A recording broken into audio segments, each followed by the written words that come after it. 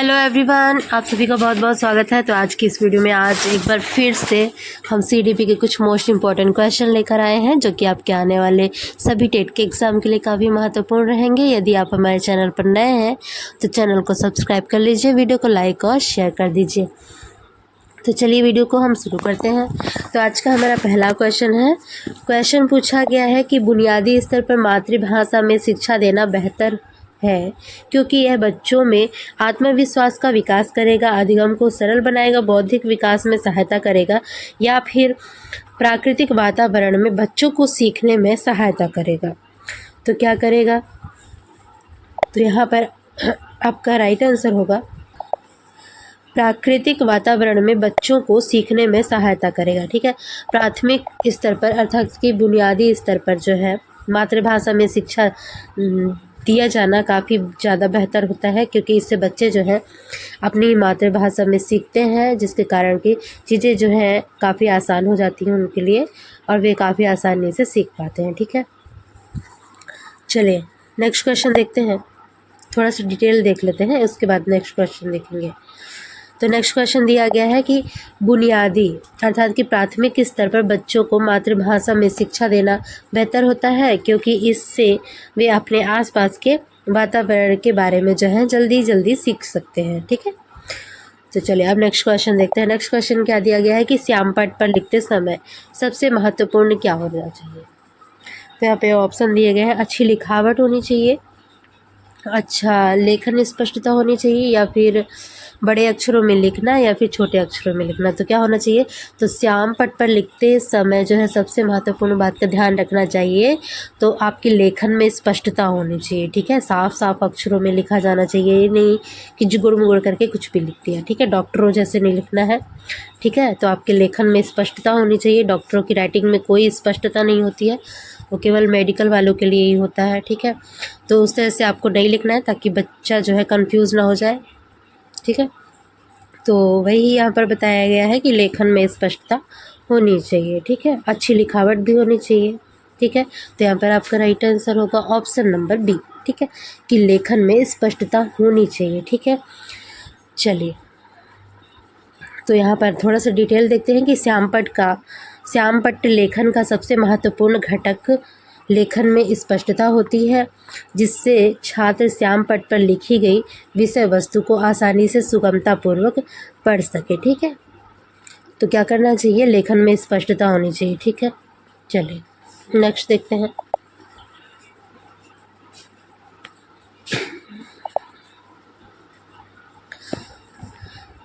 Next question दिया गया है, आपकी कक्षा में एक छात्र देरी से आता है तो आप क्या करेंगे? अभिभावकों को सूचित करेंगे, उसे दंड देंगे, कारण जानने की चेष्टा करेंगे, या फिर उस पर कोई ध्यान नहीं देंगे। तो क्या करना चाहिए? यदि आपका छात्र आपकी कक्षा में रोज़ लेट से आ रहा है तो आपको क्या करना चाहिए? कारण जानने की चेष्टा करनी चाहिए और उस कारण का जो है उपाय भी करना चाहिए आपको। ठीक है, तो यही यहाँ पर बताया गया। तो यहाँ पर आपका राइट आंसर है ऑप्शन नंबर सी। थोड़ा सा डिटेल देखेंगे।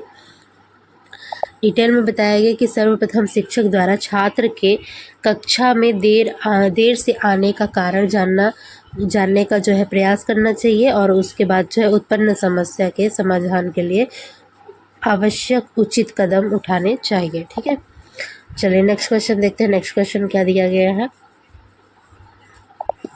नेक्स्ट क्वेश्चन है कि विद्यालय में विद्यार्थियों को कैसे अभिप्रेरित करना उचित है।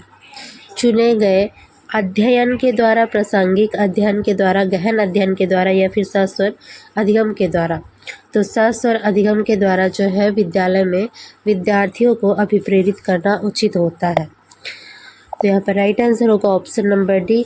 सस्वर का अर्थ है कि प्रवचन, ठीक है, मतलब बोलना और अनुवाद करना। ठीक है, और स्वयं से पढ़ना। ठीक है, तो यही है सस्वर का मतलब अर्थ। अतः सस्वर अधिगम के द्वारा विद्यार्थियों को प्रेरित किया जा सकता है तथा यह एक उचित एवं महत्वपूर्ण पहलू है। नेक्स्ट क्वेश्चन देखते हैं। नेक्स्ट क्वेश्चन दिया गया है कि शिक्षा का उद्देश्य होना चाहिए।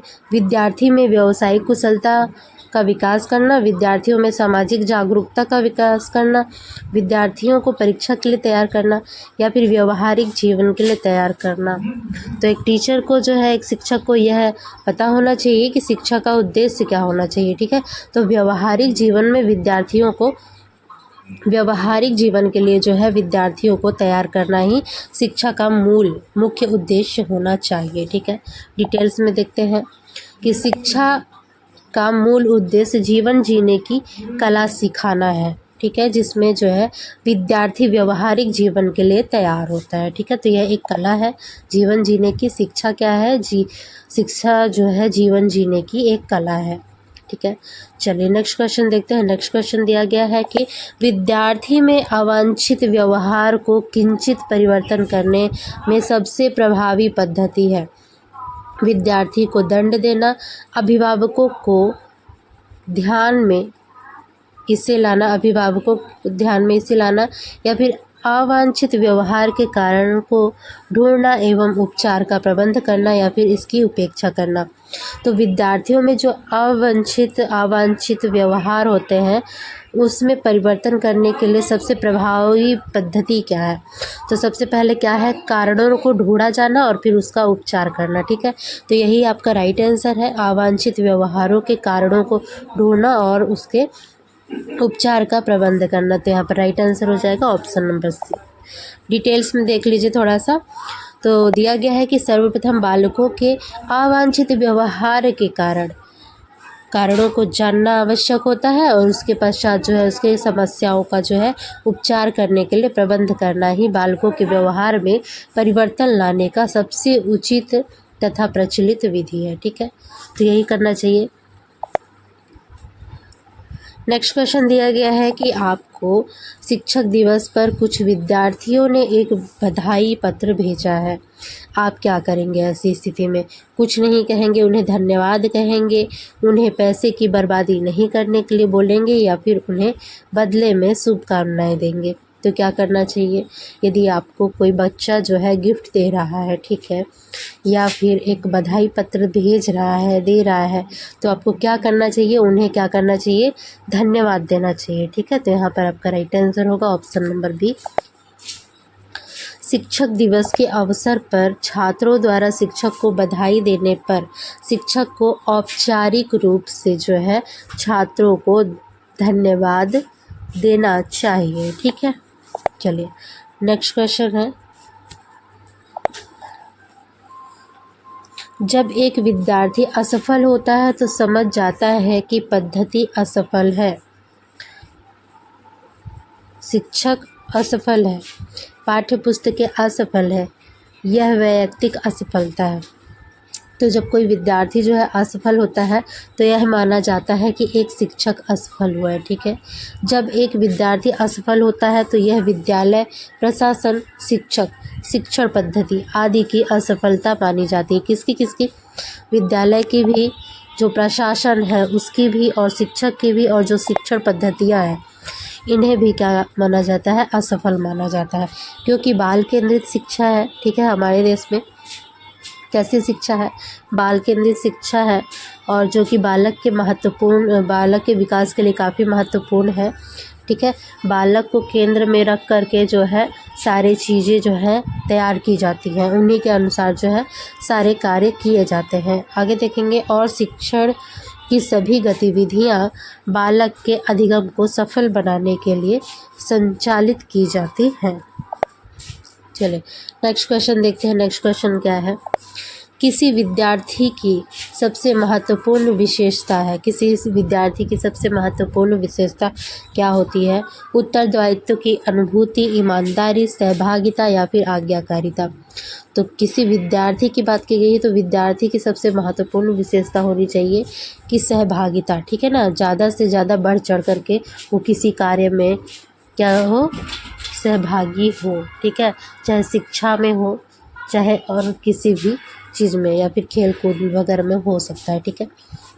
तो सहभागिता होना काफ़ी ज़्यादा मायने रखता है। तो यहाँ पर आपका राइट आंसर होगा ऑप्शन नंबर सी। और किसी विद्यार्थी की सबसे महत्वपूर्ण विशेषता उसका सहभागी होना है, साथ ही साथ ही यही उसका सबसे महत्वपूर्ण जो है विशेषता होती है। बाद की बात ये आ जाती है आपकी ईमानदारी, आज्ञाकारिता, ठीक है, उत्तरदायित्व की अनुभूति, ये सब तो आपकी ज़िम्मेदारी में आ जाती हैं। लेकिन जो विद्यार्थी का सबसे महत्वपूर्ण विशेषता होना चाहिए वह क्या होना चाहिए? सहभागिता होनी चाहिए। सहभागिता होगी तो उसमें अपने आप से ईमानदारी भी होगी, वो आज्ञा का पालन भी करेगा, ठीक है, और अपनी ज़िम्मेदारियों को भी अच्छी तरह निभाएगा, ठीक है। चलिए नेक्स्ट क्वेश्चन देखते हैं। नेक्स्ट क्वेश्चन क्या दिया गया है कि आप किसी कक्षा में पाठ पढ़ाते हैं और एक विद्यार्थी विषय से असंबंधित होकर के, ठीक है ना, जो कि आप पढ़ा रहे हैं उस विषय से संबंधित नहीं है, ठीक है, फिर भी मैं वह उसके बारे में क्वेश्चन पूछ रहा है, तब आप क्या करेंगे? उसे असंबद्ध प्रश्न पूछने की अनुमति देंगे, उसे असंबद्ध प्रश्न पूछने की अनुमति नहीं देंगे, उसे गैर अनुशासित समझकर दंडित करेंगे, या फिर कक्षा के बाद प्रश्न का उत्तर देंगे, ठीक है। तो प्रश्न पूछता है, क्वेश्चन को यहाँ पर समझिएगा कि मतलब बच्चा पूछ लेता है, ठीक है, अचानक से, आप तो जान नहीं रहे हैं कि वो क्या क्वेश्चन पूछने वाला है, कि आप जो पढ़ा रहे हो वही क्वेश्चन पूछेगा या कुछ हट के पूछेगा, ठीक है। तो उसने तो क्वेश्चन पूछ लिया, तो यहाँ पर अनुमति देने या न देने की तो कोई बात ही नहीं आती है, और दंडित तो करना है नहीं, तो क्या बचता है आपका? एक ही आंसर तो बचता है कि कक्षा के बाद जो है प्रश्न का आप उत्तर देंगे। तो यहाँ पर आपका राइट आंसर होगा ऑप्शन नंबर डी, ठीक है। डिटेल्स में देख लीजिए। कक्ष में शिक्षण प्रक्रिया के दौरान विषय वस्तु से असंबद्ध प्रश्न पूछने पर अध्यापक द्वारा कक्षा के बाद जो है प्रश्न का उत्तर देना सर्वाधिक उचित है, ताकि कक्ष में शिक्षण प्रक्रिया में किसी प्रकार का अवरोध न आए तथा अनुशासित रूप से शिक्षण कार्य जो है चलता रहे, ठीक है। आंसर देना है लेकिन क्लास के लास्ट में।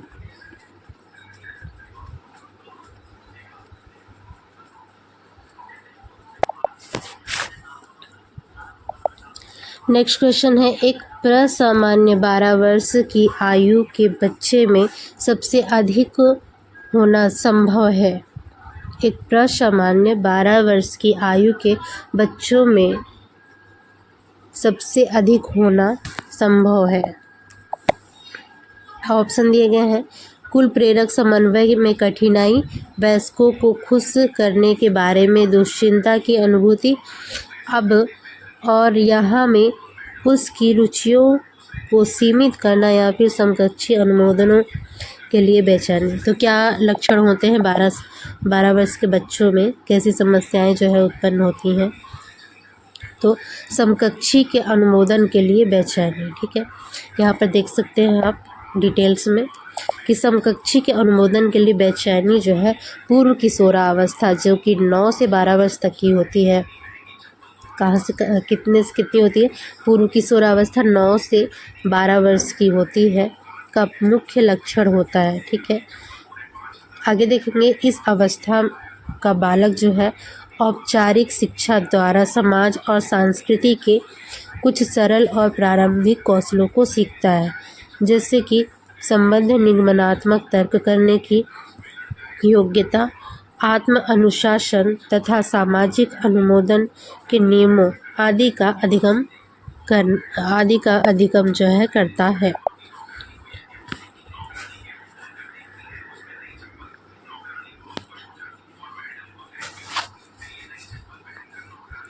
नेक्स्ट क्वेश्चन है, नेक्स्ट क्वेश्चन दिया गया है कि विद्यालय में विद्यार्थियों को भाग जाने का कारण है। विद्यालय से विद्यार्थियों के भाग जाने का क्या कारण है? तो क्या कारण है? समस्या के प्रति शिक्षकों की निर्दय अभिवृत्ति, यही इसका कारण होता है। तो यहाँ पर राइट आंसर होगा ऑप्शन नंबर डी, ठीक है। यहाँ पर डिटेल्स में देखिएगा, विद्यार्थी द्वारा विद्यालय से भाग जाने की प्रवृत्ति के मुख्य कारण निम्न हैं, ठीक है। छात्रों की समस्याओं के प्रति शिक्षकों को असंवेदनशील रवैया, ठीक है। छात्रों की जो समस्याएं होती हैं, ठीक है ना, उनका पूर्णतः निराकरण कुछ शिक्षक जो है नहीं करते हैं, ठीक है। और क्या करते हैं? असंवेदनशील जो है व्यवहार अपनाते हैं, जो कि एक छात्र के लिए जो है अच्छा नहीं होता है, ठीक है। तो यह भी एक कारण होता है। नेक्स्ट देखते हैं विद्यालय के वातावरण का अप्रजातांत्रिक स्वरूप, ठीक है। फिर है छात्रों में सुरक्षा की भावना का अभाव, और फिर है शिक्षण कार्य का सुचारू रूप से न चलाना, यह भी एक कारण होता है। तो ये 4 कारण मुख्य हैं जिसके कारण जो है बच्चे जो है स्कूल से पलायन करते हैं, मतलब भाग जाते हैं, ठीक है। आगे देखते हैं नेक्स्ट क्वेश्चन क्या दिया गया है कि विद्यार्थियों में भ्रम की स्फूर्ति का विकास करने के लिए समय समय पर विद्यार्थियों को श्रम करने का अवसर देना पड़ेगा। तो यहाँ पर राइट आंसर होगा ऑप्शन नंबर सी। डिटेल्स में यहाँ पर देखेंगे तो पता चलता है कि छात्रों को समय समय पर श्रम का अवसर देकर उनमें श्रम स्फूर्ति का विकास किया जा सकता है। इसलिए आजकल विद्यालयों में एनएसएस, एनसीसी तथा खेलकूद जैसे कोर्स जो है विद्यालय के पाठ्यक्रम में लगाए गए हैं। तो ये काफ़ी इजी क्वेश्चन है। चलिए आगे देखते हैं। क्वेश्चन दिया गया है कि बाल विकास की परिभाषा का अध्ययन क्षेत्र है। तो किसी बच्चे के संज्ञानात्मक, सामाजिक तथा दूसरे सामर्थ्यों के क्रमिक विकास के लिए उत्तरदायी होगा। तो यही आपका राइट आंसर है ऑप्शन नंबर डी। यहाँ पर डिटेल्स में आप देख सकते हैं कि यहाँ पर देख सकते हैं कि बाल विकास मनुष्य के जन्म से लेकर किशोरावस्था के अंत तक उनमें होने वाले जैविक मनोवैज्ञानिक परिवर्तनों को कहते हैं, ठीक है। जब वे धीरे धीरे निर्भरता से और अधिक स्वायत्तता की ओर बढ़ते हैं, अर्थात किसी बच्चे में संज्ञानात्मक, सामाजिक तथा नैतिकता के क्रमिक विकास को बाल विकास कहा जाता है, ठीक है, जो कि एक दूसरे के क्रमिक विकास के लिए जो है उत्तरदायी होते हैं। तो यहाँ पर काफ़ी अच्छा है, शब्दों का खेल आप समझ सकते हैं यहाँ पर। तो इन सभी को गौर से पढ़ना है। आगे देखते हैं नेक्स्ट क्वेश्चन है।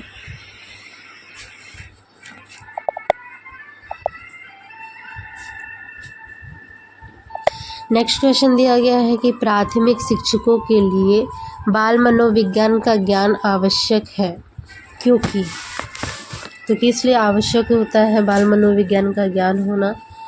तो यहाँ पर आप देख सकते हैं कि यह बच्चों के व्यवहार को समझने में शिक्षक की सहायता करता है, ठीक है। बच्चों के व्यवहार को समझने में शिक्षकों की सहायता करता है, इसीलिए बाल मनोविज्ञान का जो है ज्ञान होना आवश्यक होता है। तो यहाँ पर देख सकते हैं कि शिक्षक को बाल मनोविज्ञान का ज्ञान होना अति आवश्यक होता है, क्योंकि इसके द्वारा जो है शिक्षक जो है बालक के व्यवहार को आसानी से समझ सकता है तथा अपना शिक्षण कार्य भी जो है सुचारू रूप से चला सकता है। इसीलिए जो है बाल विकास का ज्ञान होना काफ़ी आवश्यक होता है। इसीलिए आपके सब्जेक्ट में जो है बाल विकास वगैरह पढ़ाई जाती है। आगे देखेंगे मानवीय मूल्यों जो प्राकृतिक में सार्वत्रिक है, ठीक है। मानवीय मूल्य जो प्राकृतिक में विद्यमान है चारों तरफ के विकास का अर्थ है। तो यहाँ पर आपका आंसर होगा अंगीकरण, ठीक है। क्या होगा? अंगीकरण। यहाँ पर आप देख सकते हैं राधा कुमुद मुखर्जी ने लिखा है,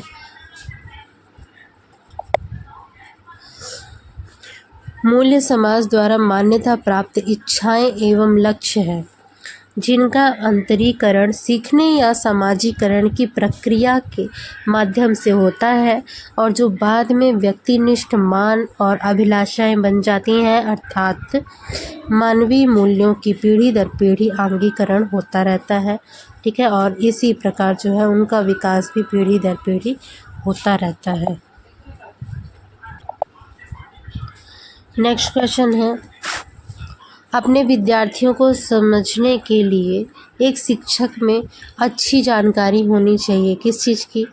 तो बाल मनोविज्ञान की भी जानकारी होनी चाहिए, बच्चों को समझने की प्रवृत्ति भी होनी चाहिए और विषय के प्रति विद्यार्थियों के मत की भी आवश्यकता होती है। तो ये सभी जो है राइट आंसर है। तो यहाँ पर देख सकते हैं कि अपने विद्यार्थियों को समझने के लिए शिक्षक के आवश्यक गुण निम्नलिखित होने चाहिए। सबसे पहला है बाल मनोविज्ञान की समझ और बच्चों की बुद्धि स्तर की समझ, बच्चों की अभिवृत्ति की समझ, बच्चों के समस्याओं के बारे में समझ, इन सभी का ज्ञान जो है एक शिक्षक को होना चाहिए। नेक्स्ट क्वेश्चन दिया गया है कि निम्न में से किस स्तर में बच्चे अपने समकक्षी वर्गों के सक्रिय सदस्य होते हैं? किशोरावस्था में, वयस्क अवस्था में, प्राक बाल्यावस्था में या फिर बाल्यावस्था में? तो किशोरावस्था में जो ये होते हैं क्या होते हैं? समकक्षी वर्ग के सक्रिय सदस्य होते हैं। तो यहाँ पर देख सकते हैं कि पूर्व किशोरावस्था 9 से 12 वर्ष तक के जो बच्चे होते हैं वह अपने समकक्षी वर्ग के सक्रिय सदस्य बनते हैं। चलिए नेक्स्ट क्वेश्चन है मनोचित्रण का संदर्भ। अर्थग्रहता को बढ़ाने की एक तकनीक। मनोचित्रण का संदर्भ क्या है? तो यहाँ पर आंसर होगा आपका मन के कार्य का अन्वेषण मनोचित्रण का संदर्भ है। मनोचित्रण का संदर्भ क्या है? मन के कार्य का अन्वेषण करना, मन के कार्यों का अन्वेषण करना ही मनोचित्रण कहलाता है।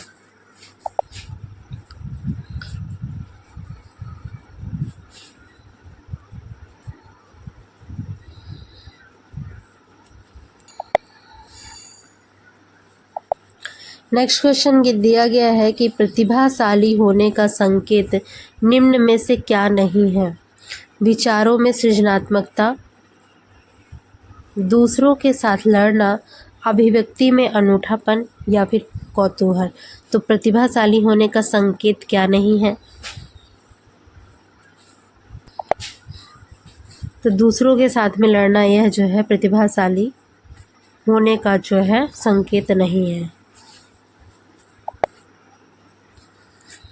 ऑप्शन नंबर बी जो है राइट होगा यहाँ पर। यहाँ पर देख सकते हैं कि प्रतिभाशाली होने के लिए निम्न है। उच्च बुद्धि लब्धि 130 से ऊपर की होनी चाहिए, ठीक है। आईक्यू लेवल कितना होना चाहिए? 130 से ऊपर, ठीक है। जिसका भी 130 से ऊपर का आईक्यू लेवल है वह क्या है? वह प्रतिभाशाली या प्रभावशाली विद्यार्थी होता है, ठीक है।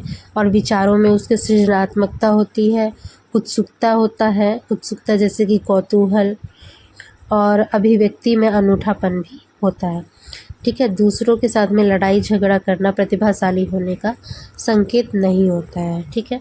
तो यही आपका आंसर था। नेक्स्ट क्वेश्चन देखते हैं। नेक्स्ट क्वेश्चन है बालिका शिक्षा को महत्ता देना उचित है क्योंकि? तो किसी सामाजिक परिवर्तन के नेतृत्व में केवल बालिकाएं समर्थ होती हैं, ठीक है। किसी सामाजिक परिवर्तन के नेतृत्व में केवल बालिकाएं ही जो है समर्थ होती हैं। तो यहाँ पर आपका राइट आंसर है ऑप्शन नंबर डी। यहाँ पर देख सकते हैं कि किसी सामाजिक परिवर्तन के नेतृत्व में बालिकाओं की बहुत ही महत्वपूर्ण भूमिका होती है, इसलिए बालिका शिक्षा को महत्ता देना उचित होता है तथा साथ ही साथ लैंगिक भेदभाव में कमी भी आती है। नेक्स्ट क्वेश्चन है समन्वित शिक्षा की सफलता निर्भर करती है। तो यह किस पर निर्भर करती है? समन्वित शिक्षा की सफलता निर्भर करती है आपके पाठ्य पुस्तकों की उत्कृष्टता पर, ठीक है। तो यहाँ पर राइट आंसर होगा option number B. Next question है अधिगम से संबंधित किसी विद्यार्थी की समस्याओं का सबसे अच्छा उपचार है? तो निदानात्मक शिक्षण, ठीक है। अधिगम से संबंधित किसी विद्यार्थी के समस्याओं का सबसे अच्छा उपचार होता है निदानात्मक शिक्षण। तो पर राइट आंसर होगा ऑप्शन नंबर डी।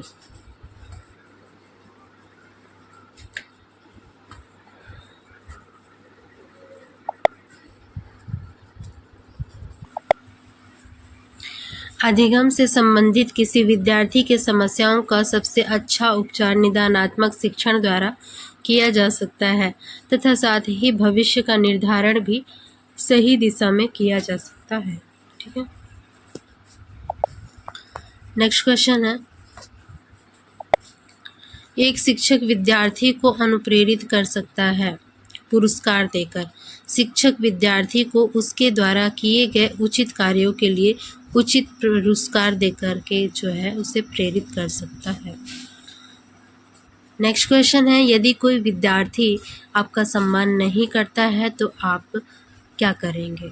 तो उसके अभिभावकों से बात करेंगे। यहाँ पर राइट आंसर होगा ऑप्शन नंबर सी। विद्यार्थी द्वारा शिक्षक को सम्मान न देने पर विद्यार्थी के व्यवहारिक समस्याओं का पता लगाएंगे और उसके अभिभावकों से जो है बात करके समस्या का समाधान करेंगे। यहाँ पर राइट आंसर है ऑप्शन नंबर सी।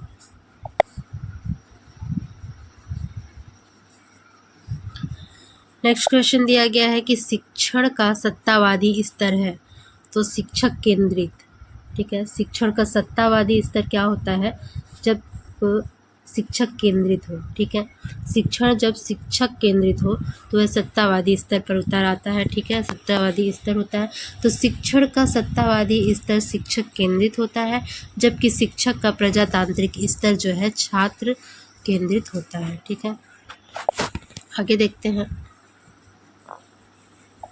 नेक्स्ट दिया गया है कि चरित्र का विकास होता है इच्छा शक्ति के द्वारा, बर्ताव व्यवहार के द्वारा, नैतिकता के द्वारा या फिर उपरोक्त सभी के द्वारा। तो चरित्र का विकास इच्छा शक्ति से भी होता है, बर्ताव व्यवहार से भी होता है और नैतिकता के द्वारा भी होता है। तो यहाँ पर आपके तीनों ही ऑप्शन जो है सही हो जाएंगे, इसलिए आपका राइट आंसर होगा ऑप्शन नंबर डी।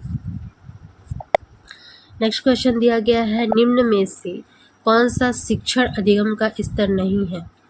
तो कौन सा नहीं है? विभेदीकरण, स्मृति स्तर, चिंतनशील स्तर, समझ स्तर।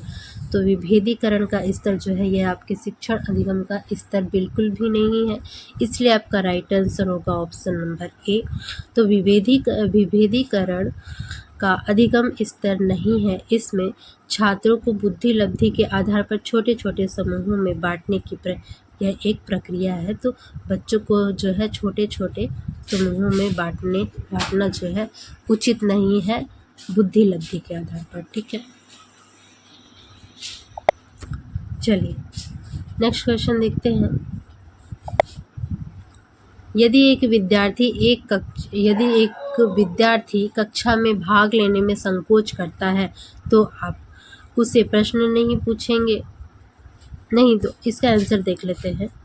यदि एक विद्यार्थी जो है कक्षा में भाग लेने में संकोच करता है तो आप उसे केवल तब प्रश्न पूछेंगे जब वह उसके उत्तर देने के लिए उत्साहित हो, ठीक है। तो यहाँ पर राइट आंसर होगा ऑप्शन नंबर डी।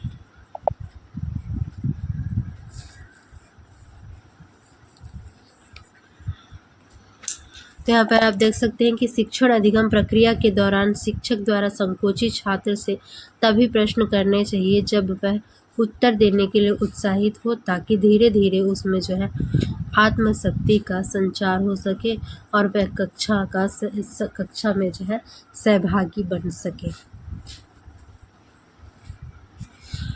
शिक्षक का बर्ताव होना चाहिए, तो शिक्षक का बर्ताव जो है आदर्शवादी होना चाहिए, ठीक है। तो यहाँ पर राइट आंसर होगा ऑप्शन नंबर सी। तो ये था आज की वीडियो का लास्ट क्वेश्चन, और वीडियो अच्छी लगी हो तो वीडियो को लाइक कीजिएगा, शेयर कीजिएगा, चैनल को सब्सक्राइब कीजिएगा। मिलते हैं इसी तरह की एक नेक्स्ट वीडियो के साथ में। वीडियो को लाइक कीजिए, शेयर कीजिए और चैनल को सब्सक्राइब कीजिए।